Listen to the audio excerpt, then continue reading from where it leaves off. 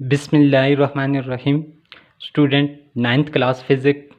Chapter number 2 topic exercise.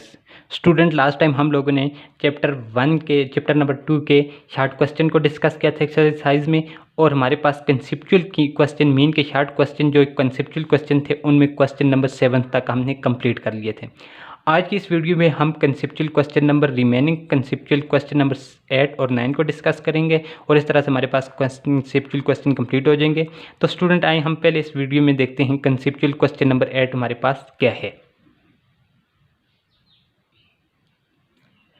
तो student question number 8 में आपसे पूछता है, कहते हैं कि as a free falling object speed up what is happening to its acceleration, does it increase, decrease और स्टे द सेम। आपसे क्वेश्चन नंबर 8 में पूछता है, कहते हैं कि एक फ्री फॉलिंग ऑब्जेक्ट है। फ्री फॉलिंग ऑब्जेक्ट का हमने जब फोर्स ऑफ ग्रेविटी को डिस्कस किया था, हमने कहा था कि due to force of gravity जब अर्थ की ग्रेविटेशनल फोर्स की वजह से ऑब्जेक्ट डाउनवर्ड मूव कर रहे हो और उस वक्त उन पर कोई और फोर्स एग्जिस्ट ना कर रही हो, तो उन ऑब्जेक्ट को हम फ्री फॉलिंग ऑब्जेक्ट का नाम दिया था। अब कहते हैं कि आपके पास एक फ्री फॉलिंग ऑब्जेक्ट है जो फ्री फॉल मूव कर रहे हैं,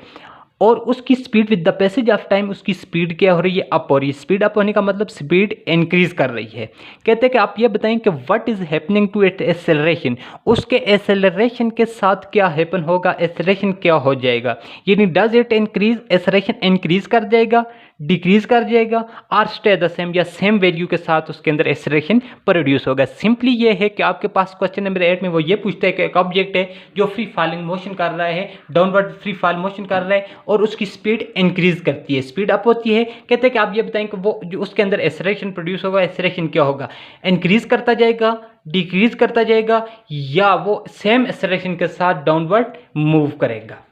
तो देखते हैं स्टूडेंट इसका आंसर। तो स्टूडेंट क्वेश्चन नंबर 8 का आंसर पर डायरेक्ट जाने से पहले हम देखते हैं कि हमारे पास फ्री फॉलिंग ऑब्जेक्ट क्या होते हैं। सबसे पहले हमारे पास फ्री फॉलिंग ऑब्जेक्ट को हम देखेंगे। फ्री फॉलिंग ऑब्जेक्ट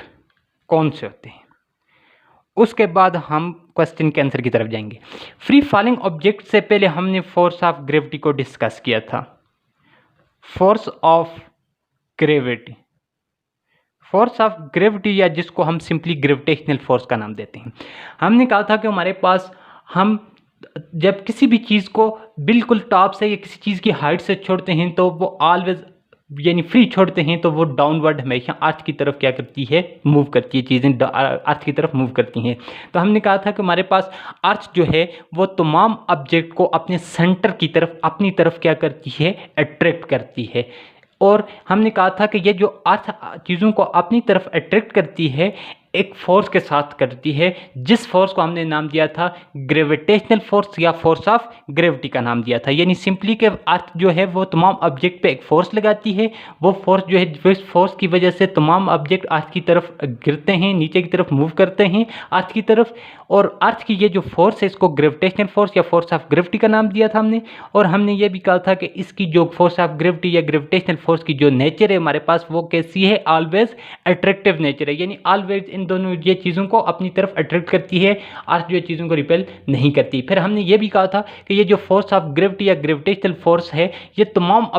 तमाम किस्म के ऑब्जेक्ट पे एक्ट करती है, चाहे ऑब्जेक्ट बड़े हैवी हों या लाइट ऑब्जेक्ट हों। जितने ऑब्जेक्ट हैवी होंगे, बड़े ऑब्जेक्ट होंगे, उन पे इतनी ही ज़्यादा वैल्यू पे फोर्स ऑफ ग्रेविटी एक्ट करेगी, और जितने कम है उन पे इतनी कम वैल्यू के साथ। तो यानी सिंपली के तमाम ऑब्जेक्ट पे फोर्स ऑफ ग्रेविटी एक्ट करती है। फिर फोर्स ऑफ ग्रेविटी के बाद हमने देखा था कि हमारे पास फ्री फॉलिंग ऑब्जेक्ट का हमने कहा था कि जब तमाम कोई भी ऑब्जेक्ट अपने हाइट के साथ किसी भी चीज़ की हाइट से उसको नीचे की तरफ फेंका जाए तो वो due to the force of gravity downward move करता है। और उस वक्त फॉर एग्जांपल कि हमारे पास किसी भी टावर बिल्डिंग की हमारे पास टॉप है, इस टॉप के किसी टावर के हाइट से हम एक हमारे पास बॉल है उसको हम जब नीचे की तरफ फेंकते हैं ये नहीं, तो वो due to the force of gravity earth की तरफ क्या होता है, अट्रैक्ट होता है, नीचे की तरफ वो मूव करता है ये बॉल। अब यह इस बाल मूव करता है, तो इस बाल के मूव करने की वजह से हमने कहा था इसको बाल को हम कहेंगे कि ये हमारे पास फ्री फॉलिंग मोशन कर रहा है, due to the force of gravity ये फ्री फॉल मूव कर रहा है। जब इसके दरमियान हम कोई कंसिडर करें कि तमाम फोर्सेस को निगलेक्ट कर दें, इग्नोर कर दें, फॉर एग्जांपल इंक्लूडिंग हमारे पास यहाँ पे एयर रेजिस्टेंस है। एयर रेजिस्टेंस का मतलब है कि एयर की मुज़ाहमत है, एयर इसकी मोशन को नीचे आते हुए इस बाल को ऊपर की तरफ रुकावट पैदा करती है इसके रास्ते में। तो अगर हम इंक्लूडिंग एयर रेजिस्टेंस को भी बीच में से रिमूव कर दें, इग्नोर कर दें, हम कंसिडर करेंगे यहाँ पे हमारे पास कोई एयर रेजिस्टेंस भी नहीं है, दरमियान में इसकी मोशन को एयर भी रेजिस्ट या अपोज नहीं कर रही, तो हम इस और तमाम फोर्सेस को इग्नोर कर दें, ख़त्म कर दें, तो ये हमारे पास बाल जो होगा उसको हम कहेंगे कि ये कैसे मूव कर रहा है, फ्री फॉलिंग ऑब्जेक्ट है। यानी इस पे सिर्फ और सिर्फ उस वक्त फोर्स ऑफ ऐसा ऑब्जेक्ट जो सिर्फ और सिर्फ फोर्स ऑफ ग्रेविटी यानी ग्रेविटेशनल फोर्स की वजह से डाउनवर्ड मूव कर रहा हो, और उस वक्त उस पर तमाम फोर्सेस को हम इग्नोर कर दें, निगलेक्ट कर दें, हम कंसिडर करें कि कोई फोर्सेस एक नहीं कर रही, डेट टाइम उस ऑब्जेक्ट की मोशन को हम नाम देंगे कि इसकी फ्री फॉलिंग मोशन है। और दूसरी बात कि हमने कहा था कि जब कभी फोर्स एक्ट कर रही होती है ऑब्जेक्ट पे, तो जाहिर सी बात उसके अंदर एक्सेलरेशन प्रोड्यूस होता है। अब इस केस में ड्यू टू ग्रेविटेशनल फोर्स जब ऑब्जेक्ट के अंदर एक्ट कर रही है, तो इसकी वजह से भी ऑब्जेक्ट के अंदर एक्सेलरेशन हमने कहा प्रोड्यूस होगा, और उस एक्सेलरेशन को हमने कहा था कि हमारे पास कौन सा एक्सेलरेशन है, ग्रेविटेशनल एक्सेलरेशन है, ग्रेविटेशनल एक्सेलरेशन है, that is called gravitational acceleration. अब ये ग्रेविटेशनल एक्सेलरेशन की वजह से मूव करेगा डाउनवर्ड, और इसकी वैल्यू हमारे पास ऑलवेज होती है 9.8 मीटर पर सेकंड का स्क्वायर के हिसाब से इसके अंदर एक्सेलरेशन प्रोड्यूस होगा। तो अब हम आते हैं क्वेश्चन नंबर 8 की तरफ। वो पूछ रहा था कि फ्री फॉलिंग ऑब्जेक्ट की स्पीड इंक्रीज हो रही है तो उसका एक्सेलरेशन इंक्रीज करेगा, डिक्रीज करेगा, या स्टे द सेम रहेगा।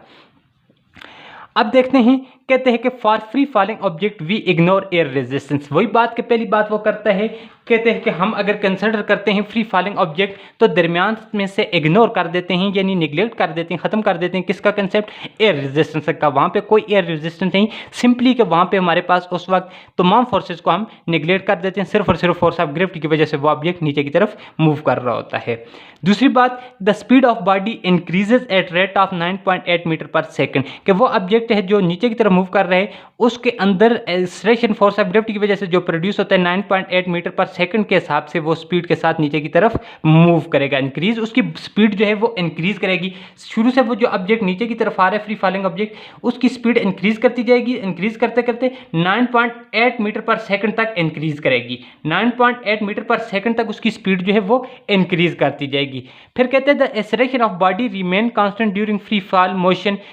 अब कहते हैं कि ये जो इसके अंदर 9.8 मीटर पर सेकंड की स्पीड के साथ मूव करेगा, जब स्पीड 9.8 मीटर पर सेकंड हो जाएगी उसके बाद उसके अंदर एक्सेलरेशन ऑब्जेक्ट के अंदर जो प्रोड्यूस होगा वो सिंपली कितना होगा, 9.8 मीटर पर सेकंड स्क्वायर के हिसाब से उसके अंदर एक्सेलरेशन प्रोड्यूस होगा, और ये रिमेन कांस्टेंट वैल्यू होगी। The acceleration of body remain constant during motion free fall. जब ऑब्जेक्ट फ्री फॉल मोशन कर रहा होगा उसके अंदर एक्सेलरेशन जो है तमाम किस्म के फ्री फॉलिंग ऑब्जेक्ट के अंदर एक्सेलरेशन जो प्रोड्यूस होता है वो 9.8 मीटर पर सेकंड स्क्वायर के हिसाब से एक्सेलरेशन प्रोड्यूस होता है, और उसके बाद ये जो रिमेन कांस्टेंट वैल्यू रहती है थ्रू आउट मोशन ऑब्जेक्ट या जितनी भी मोशन कर रहा हो उसके अंदर एक्सेलरेशन की वैल्यू जो है वो रिमेन कांस्टेंट रहती है, 9.8 मीटर पर सेकंड स्क्वायर ही रहती है, कांस्टेंट वैल्यू रहती है। We take G is equal to 9.8 metre per second. G की वैल्यू को हम ऑलवेज ग्रेविटेशनल कांस्टेंट की ग्रेविटेशनल एक्सेलरेशन की वैल्यू हमको 9.8 मीटर पर सेकंड लेते हैं, और ये हमारे पास कांस्टेंट वैल्यू है for our free falling object. तमाम किस्म के फ्री फॉलिंग ऑब्जेक्ट जो मूव कर रहे होंगे उसके अंदर एक्सेलरेशन की वैल्यू जो रहेगी वो रिमेन कांस्टेंट रहेगी, और एक्सेलरेशन किस मैग्नीट्यूड के हिसाब से प्रोड्यूस होगा, 9.8 मीटर पर सेकंड के हिसाब से कांस्टेंट वैल्यू के साथ ऐसे ऑब्जेक्ट मूव करेंगे तमाम किस्म के free falling object. From about discussion it is clear acceleration of free falling body remain constant. तो इसकी वजह से हम इस तमाम डिस्कशन को सम अप करके हम ये कह सकते हैं, ये हमारे पास क्लियर कर देता है कि फ्री फॉलिंग ऑब्जेक्ट के अंदर जो एक्सेलरेशन प्रोड्यूस होगा वो रिमेन कांस्टेंट होगा, जबकि उसकी स्पीड अप भी बेशक करती जाएगी लेकिन उसके अंदर कांस्टेंट वैल्यू के साथ एक्सेलरेशन प्रोड्यूस होगा, उसकी जो वैल्यू होगी 9.8 मीटर पर सेकंड स्क्वायर होगी।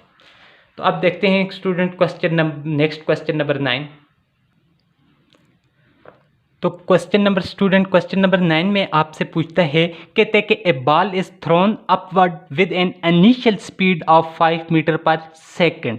What will be its speed when it return to starting point. कहते हैं कि आपके पास कहते हैं कि एक बॉल है, उसको थ्रो किया जाता है अपवर्ड, वर्टिकली अपवर्ड, यानी ज़मीन से ऊपर की तरफ एयर में थ्रो किया जाता है अपवर्ड डायरेक्शन में with an initial speed of 5 metre per second. जब इनिशियल स्पीड किस स्पीड के साथ, किस वेलोसिटी के साथ उसको नीचे से ऊपर की तरफ फेंका जाता है अपवर्ड डायरेक्शन में, जब इनिशियल जो स्पीड वो आपको गिवन करता है वो कहते हैं कि 5 मीटर पर सेकंड की इनिशियल वेलोसिटी के साथ एक बॉल को अपवर्ड डायरेक्शन में एयर में, फॉर एग्जांपल एयर में अपवर्ड डायरेक्शन में थ्रो किया जाता है। कहते हैं कि what will be its speed, इसकी स्पीड या इसकी वेलोसिटी क्या होगी when it return to starting point, यानी ये बॉल हाईएस्ट पॉइंट पे पहुंच के वापस स्टार्टिंग पॉइंट की तरफ जहां से फेंका था, स्टार्टिंग पॉइंट का मतलब कि इनिशियल पॉइंट जहां से इसको फेंका गया था उसकी तरफ जब ये रिटर्न्स करेगी, वापस आएगी, उस वक्त इसकी स्पीड क्या होगी। तो इसका आते हैं स्टूडेंट, देखते हैं आंसर हमारे पास क्या है।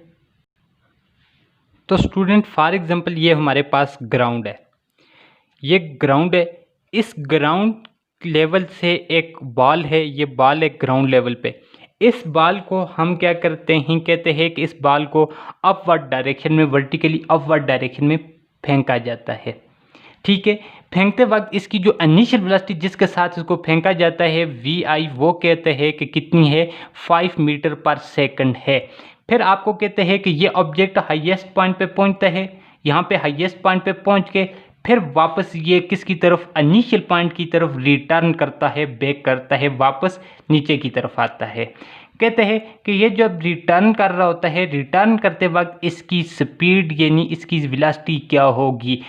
इनिशियल वेलोसिटी कहते हैं 5 मीटर पर सेकंड है, जब ये रिटर्न करेगा what will be its speed, उसकी स्पीड कहते हैं कि क्या होगी when it return to starting point, जब ये वापस नीचे ग्राउंड की तरफ यानी स्टार्टिंग पॉइंट से, इनिशियल पॉइंट से जहां से इसको फेंका गया था वहां की तरफ ये रिटर्न कर रहा होगा तो उसकी स्पीड क्या होगी। स्टूडेंट आपके ज़हन में क्या हो सकता है, ये एक इनिशियल वेलोसिटी है, इसका मतलब क्या कि ये फाइनल पॉइंट पे पहुंच के जब नीचे की तरफ आ रहा होगा उसकी वेलोसिटी कहते हैं कि क्या होगी। तो आपके ज़हन में क्वेश्चन वाला क्या पूछ रहा है, कौन सी वेलोसिटी पूछ रहा है, इनिशियल वेलोसिटी पूछ रहा है यानी इस पॉइंट की वेलोसिटी पूछ रहा है या इस पॉइंट की वेलोसिटी पूछ रहा है। ज़ाहिर सी बात है ना, देखें जब ये बॉल हाईएस्ट पॉइंट पे पहुंच के वापस स्टार्टिंग पॉइंट की तरफ आ रहेगी तो ये बॉल का कौन सी पोजीशन होगी, ये पोजीशन होगी, इस पोजीशन पे रुके, इस वक्त जो पोजीशन पे जो बॉडी की स्पीड होगी उसको हम फाइनल स्पीड या फाइनल वेलोसिटी का नाम देंगे। एक्चुअली जो फाइनल वेलोसिटी होगी वही वेलोसिटी होगी जब ऑब्जेक्ट नीचे की तरफ रिटर्निंग पॉइंट की तरफ आ रहा होगा, स्टार्टिंग पॉइंट की तरफ रिटर्न कर रहा होगा, उस वक्त जो स्पीड होगी तो वो एक्चुअली उसकी कौन सी स्पीड एग्जिस्ट कर रही होगी, फाइनल वेलोसिटी या फाइनल स्पीड एग्जिस्ट कर रही होगी। तो फाइनल वो आपसे पूछना चाहता है फाइनल स्पीड या फाइनल वेलोसिटी का है। अब हम देखते हैं कि गिवन हमें क्या है, इसने न्यूमेरिकल में गिवन क्या किया हुआ है। अब हम अगर लिखना चाहें तो गिवन हमारे पास क्या है, गिवन डेटे में हम लिखते हैं, गिवन हमें क्या करता है, गिवन डेटा गिवन करता है हमारे पास कि हमारे पास बॉडी का इनिशियल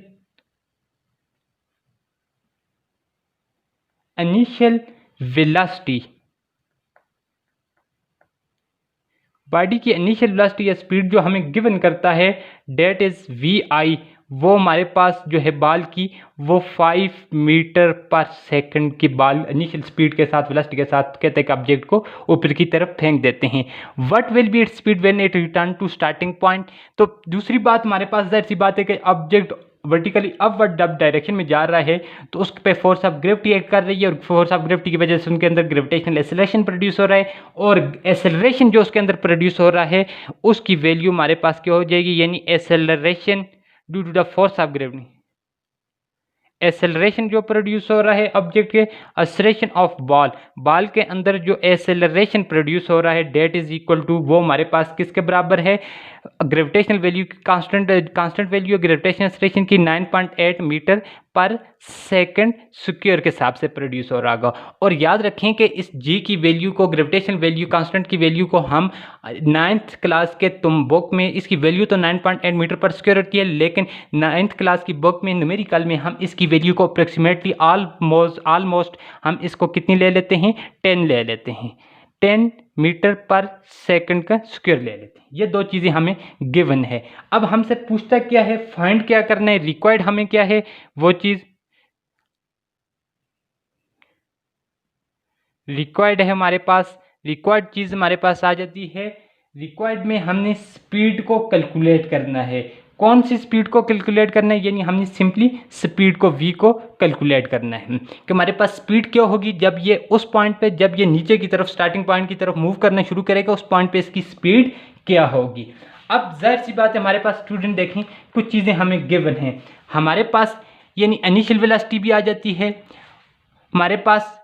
बॉल एक्सेलरेशन भी आ जाता है, अब हमारे पास g की वैल्यू भी है यानी इनिशियल वेलोसिटी भी है, फाइनल वेलोसिटी भी है। हम इजीली इसका क्या चीज़ कैलकुलेट कर सकते हैं, हम इसका सिंपली हमारे पास थर्ड इक्वेशन ऑफ मोशन बनती है, यानी हमारे पास इनिशियल वेलोसिटी भी है,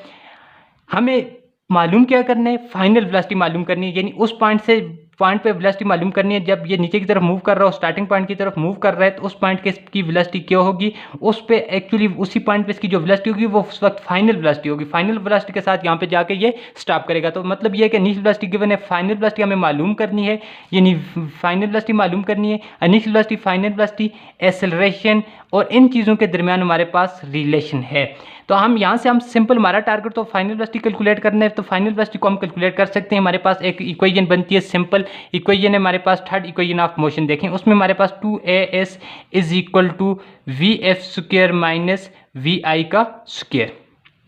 अब देखें इनिशियल वेलोसिटी का रिलेशन है, फाइनल वेलोसिटी का भी है, एक्सेलरेशन का भी है। सिंपल यहाँ पे अगर इसको हम रिप्लेस करें 2a के अंदर वजह से यहाँ पे हम देख सकते हैं g ग्रेविटेशनल एक्सेलरेशन, s की जगह पे हम यहाँ पे क्या है, हाइट है, हाइट से रिप्लेस कर देते हैं, that is equal to vf square minus vi का square. Initial velocity final velocity के दरमियान ये भी हमारे पास है, g भी है, 2 कांस्टेंट है, सिर्फ मसला क्या है यहाँ पे हम h को कैलकुलेट नहीं कर सकते। अब हम पहले सबसे पहले यहाँ पे किसको कैलकुलेट करेंगे, h को कैलकुलेट करके हम बाकी तमाम वैल्यू को आसान बना सकते हैं। अब देखें हम h को कैसे कैलकुलेट कर सकते हैं, हम सपोज करते हैं कि 2 जो है ये हमारे पास उसी तरह से रहेगा, मल्टीप्लाई बाय g जो है, g की कांस्टेंट वैल्यू है, और ये वर्टिकली बॉल अपवर्ड डायरेक्शन में जा रहा है जिसकी वजह से इसकी 10 की वैल्यू को -10 ले लेते हैं, मल्टीप्लाई बाय h अपनी जगह पे रहेगा इज इक्वल टू, अब ये ऑब्जेक्ट जब नीचे से ऊपर की तरफ मूव कर रहा है तो उस केस में हम जो है ऑब्जेक्ट की फाइनल वेलोसिटी को 0 ले लेते हैं, vf को 0 ले लेते हैं, माइनस vi की वैल्यू मेरे पास क्या है, vi इनिशियल वेलोसिटी की वैल्यू 5 है, 5 का स्क्वायर है, 10 2 जार 20 minus 20 multiply by h, that is equal to, ये 0 हो जाएगा, 5 5 जार 25 माइनस 25 आ जाएगा। अब हमें किसकी वैल्यू चाहिए, हमें s यानी हाइट की वैल्यू चाहिए, ये स्टार्टिंग पॉइंट से लेकर फाइनल पॉइंट तक पहुंचने के दरमियान ये जो हाइट है यहाँ से लेकर ये कैलकुलेट करनी है। तो हमें h को यहाँ पे छोड़ेंगे, -25, ये -20 जो h के साथ मल्टीप्लाई हो रहा है इक्वेशन की दूसरी तरफ जाके डिवाइड हो जाएगा, -20 हो जाएगा, माइनस माइनस के साथ कट जाएगा, मेरे पास h की वैल्यू सिंपली रह जाएगी 25 डिवाइडेड बाय 20। अब मैं इसको सॉल्व करता हूँ अलग से। अब ये h की वैल्यू 25 को मैं अंदर रखूँगा और 25 को मैं अंदर रखूँगा और 20 को इस तरह से, क्या हो जाएगा, 21 इज 20, क्या रह जाएगा, 2 में से 0 आ जाएगा और 5 अपनी जगह पे रह जाएगा। अब 25 को डिवाइड नहीं करता, पॉइंट लगा के मैं यहाँ पे 0 लगाऊंगा। अब क्या है, 22 जार 40 होता है, 40, 0 अपनी जगह पे, 5 में से 4 निकाले माइनस करें तो 1 आ जाएगा। अब 20 10 को डिवाइड नहीं कर दिया, मैंने एक पॉइंट लगाया हुआ है तो एक 0 मैं यहाँ पे लगा सकता हूँ, पॉइंट लगा हुआ है तो यहाँ पे मैं एक 0 लगा के फिर डिवाइड करता हूँ। तो अब 100 को 20 जब डिवाइड करेगा तो क्या आ जाएगा मेरे पास, 25 जार 100। अब ये मेरे पास 0, तो आंसर मेरे पास क्या आ जाएगा, जब 25 को मैं 20 पे डिवाइड करूँगा तो h की वैल्यू मेरे पास आ जाएगी, h की वैल्यू आ जाएगी, that is h is equal to 1.25। अब मेरे पास h की वैल्यू आ गई है, h की वैल्यू यानी हाइट जो है 1.25 आ जाती है। अब h की वैल्यू जब मेरे पास आ जाती है तो h की वैल्यू मैं लिख सकता हूँ, हाइट की वैल्यू मेरे पास जो है h इज इक्वल टू 1.25 है। थर्ड इक्वेशन ऑफ मोशन को मैं यूज़ करूँगा, third equation of using the third equation of motion जो है उसको मैंने रीअरेंज कर लिया था, मेरे पास बनती है 2gh that is equal to 2gh is equal to vf का स्क्वायर माइनस vi का स्क्वायर हो जाएगा। अब टू की वैल्यू मेरे पास कांस्टेंट है, जी टू कांस्टेंट है, जी की वैल्यू में मेरे पास है, एच की वैल्यू मैंने कैलकुलेट कर ली। अब मेरे पास इनिशियल वेलोसिटी की भी वैल्यू है, तो मैं इजीली यानी क्या कर सकता हूँ, फाइनल वेलोसिटी को भी कैलकुलेट कर सकता हूँ। ये ऑब्जेक्ट जब हाईएस्ट पॉइंट पे पहुंचता है, ये ऑब्जेक्ट नीचे से जब फेंकते हैं तो ऊपर की हाईएस्ट पॉइंट पे पहुंचता है, तो उस वक्त इसकी इनिशियल वेलोसिटी जो है इस पॉइंट पे पहुंच के वी आई जो है वो 0 हो जाती है। अब 2 मल्टीप्लाई बाय जी की मैं वैल्यू लूँगा, जी की वैल्यू कौन सी वैल्यू ले लूँगा, 10, जी कांस्टेंट की वैल्यू ले लूँगा, मल्टीप्लाई बाय हाइट मेरे पास क्या आ जाती है 1.25, 1.25 is equal to V F square को मैं उसी तरह से छोड़ूंगा, V F square minus highest point पे इनिशियल वेलोसिटी जो हो जाती है पहुंच के, ये स्टार्टिंग पॉइंट वही पॉइंट होगा जहां से जब नीचे की तरफ स्टार्ट करेगा, इनिशियल पॉइंट की तरफ रिटर्न करना स्टार्ट करेगा, तो इस पॉइंट पे ऑब्जेक्ट की जो स्पीड होगी वो इनिशियल वेलोसिटी जो है वो 0 का क्या हो जाएगी, स्क्वेयर हो जाएगी। अब 10 2 20 multiply by 1.25 that is equal to क्या हो जाएगा, वी एफ का स्क्वायर हो जाएगा। तो स्टूडेंट अब हमारे पास बन जाता है वी एफ स्क्वायर किसके बराबर आ जाता है, V F square is equal to, यानी V F square is equal to 20 multiply by 1.25। अब हम वी एफ स्क्वायर की वैल्यू कैलकुलेट करने के लिए क्या करेंगे कि 1.25 को और मल्टीप्लाई बाय 20 को करेंगे इलादा से। देखें क्या है कि ये हमारे पास इशारी निज़ाम की मल्टीप्लिकेशन आ जाती है, और 20 को 1.25 के साथ हम इस तरह से करेंगे कि हमारे पास 1.25 आ जाएगा। अब ये हमारे पास 20 है, अगर तो किसी भी हिंसक में पॉइंट नहीं है, इशारिया नहीं है, तो वो एट किस काम पे कंसिडर होता है, लास्ट पे कंसिडर होता है। ये मैथ का एक रूल्स है। अब यहाँ पे क्या करते हैं कि ये 1 है, ये 1 के बाद पॉइंट है, यहाँ पे पॉइंट है, तो पॉइंट के नीचे वाली रकम को पॉइंट के नीचे लिखना है, तो ये 20 को हम 1 के नीचे लिखेंगे, 20 को 1 के नीचे लिख दिया। यहाँ पे 20 के लास्ट में पॉइंट है तो यहाँ पे पॉइंट आ जाएगा। अब पॉइंट के बाद अगर 20 के पीछे कुछ नहीं है तो मैं अपनी तरफ से 0 2 लगा सकता हूँ, इन नंबरों को बराबर करने के लिए 2 0 लगा दूँगा। इनका मतलब इनको क्या करना है, मल्टीप्लाई करना है। अब देखें मैं क्या करता हूँ, इसको 0 को इन सब के साथ मल्टीप्लाई करूँगा, 0 5 0 0 2 0 0 1 इज 0, ये मल्टीप्लाई 0 की बारी हो गई है। अब इसकी जगह पे मैं नीचे 0 लगा दूँगा। अब इस 0 की बारी 0 5 इज 0 0 2 इज 0 0 2 इज 0 0 1 इज 0, ये दोनों 0 हो गए। इन दोनों सिफर या 0 की जगह मैं 2 0 लगा दूंगा। अब इस 0 की बारी है, 0 5 इज 0 0 2 इज 0 0 1 इज 0, 1 2 3 0 हो गए, 3 0 लगा सकता हूँ, 1 2 3 0 हो गए, ये इन तीनों की बारी होगी। अब 2 5 इज 2 5 2 5 2 5 आर 10, 2 ये 2 इसके साथ 2 5 आर 10 10 0 में लिखूंगा यहाँ पे, 1 को इधर ले जाऊंगा कि इधर 2 2 जार 4 4 प्लस 1 5 हो जाएगा। अब ये 2 के साथ हो गया। अब 2 1 इज 2।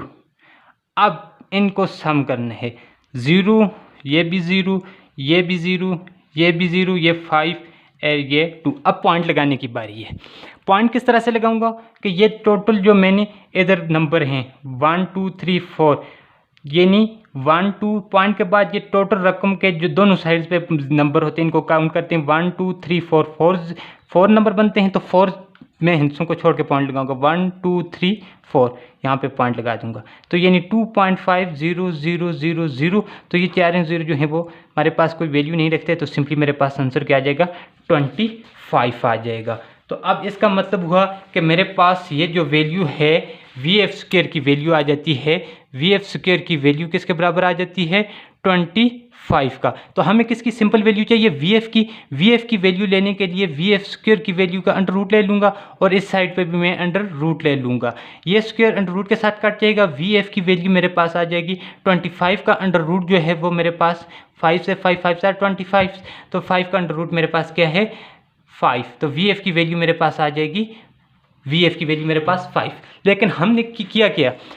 यह हमने कहा था ऑब्जेक्ट जो है नीचे से फेंकते हैं, हाईएस्ट पॉइंट पे पहुंचता है, हाईएस्ट पॉइंट से वापस ग्राउंड की तरफ आता है। हमने वो पूछ रहा था कि क्वेश्चन में कि जब हाईएस्ट पॉइंट से नीचे की तरफ स्टार्टिंग पॉइंट की तरफ आएगा उस वक्त उसकी स्पीड क्या होगी। मतलब ये है कि वो आपसे पूछना ये चाह रहा था कि इस जिस पॉइंट से इस पॉइंट पर उसकी वेलोसिटी क्या होगी, तो इस पॉइंट पर उसकी वेलोसिटी थी फाइनल वेलोसिटी। जब हम फाइनल वेलोसिटी को कैलकुलेट करेंगे तो यही वो वेलोसिटी होगी जब वो नीचे जिस पॉइंट से वो नीचे की तरफ स्टार्टिंग पॉइंट की तरफ मूव कर रहा होगा उस पॉइंट पे उसकी जो जिस वेलोसिटी के साथ मूव कर रहा होगा वो फाइनल वेलोसिटी होगी और फाइनल वेलोसिटी के साथ वो नीचे की तरफ मूव करेगा। तो ऐसे एक्चुअली जब वो रिटर्न कर रहा होगा उस वक्त उसकी जो स्पीड होगी यानी वेलोसिटी होगी वो 5 मीटर पर सेकंड की स्पीड के साथ नीचे की तरफ मूव करेगा। तो स्टूडेंट नेक्स्ट क्वेश्चन में हम एक न्यूमेरिकल को सॉल्व करेंगे, देखते हैं।